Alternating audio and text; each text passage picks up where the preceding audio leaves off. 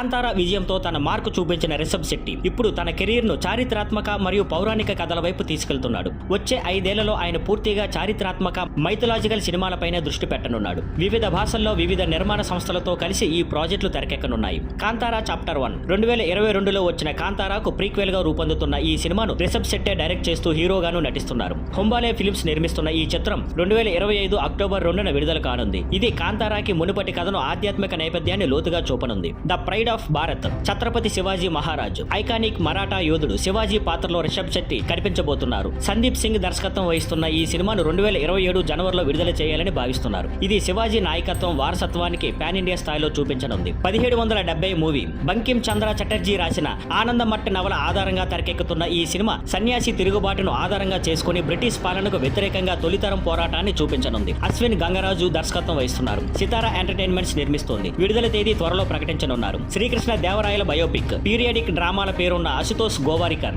ఈ సినిమాకు దర్శకత్వం వహించనున్నారు. విష్ణువర్ధన్ ఇందూరి నిర్మిస్తున్నారు. ఇది ప్రీ ప్రొడక్షన్ దశలో ఉంది. జై హనుమాన్ సినిమాతో మైథలాజికల్ యూనివర్సిటీని ప్రారంభించిన ప్రశాంత్ వర్మ ఇప్పుడు జై హనుమాన్ సినిమాను తెరకెక్కించబోతున్నారు. మైత్రి మూవీ మేకర్స్ ఈ చిత్రాన్ని నిర్మించనున్నారు. అయితే ప్రస్తుతం ప్రశాంత్ వర్మ ప్రభాస్ తో సినిమా పనుల్లో ఉండటంతో ఈ సినిమా కొంత ఆలస్యంగా మొదలయ్యే అవకాశం ఉంది. మొత్తానికి ఈ 5 ప్రాజెక్టులతో రిషబ్ శెట్టి తనను తాను ఒక సాంస్కృతిక, చారిత్రాత్మక, పౌరాణిక కథల దర్శకునిగా నిలబెట్టుకుంటున్నాడు. ప్రతి కథ పేరు అయినా అన్ని కథలు భారతీయ మూలాలను, ఆధ్యాత్మికతను, గొప్ప చరిత్రను ఆధారంగా చేసుకుని ఉంటాయి. భారీ స్కేల్లో బలమైన ముడిపెట్టిన భావాలతో సినిమాలు చేయాలనే దిశలో రిషబ్ శెట్టి బలంగా ముందుకెళ్తున్నాడు.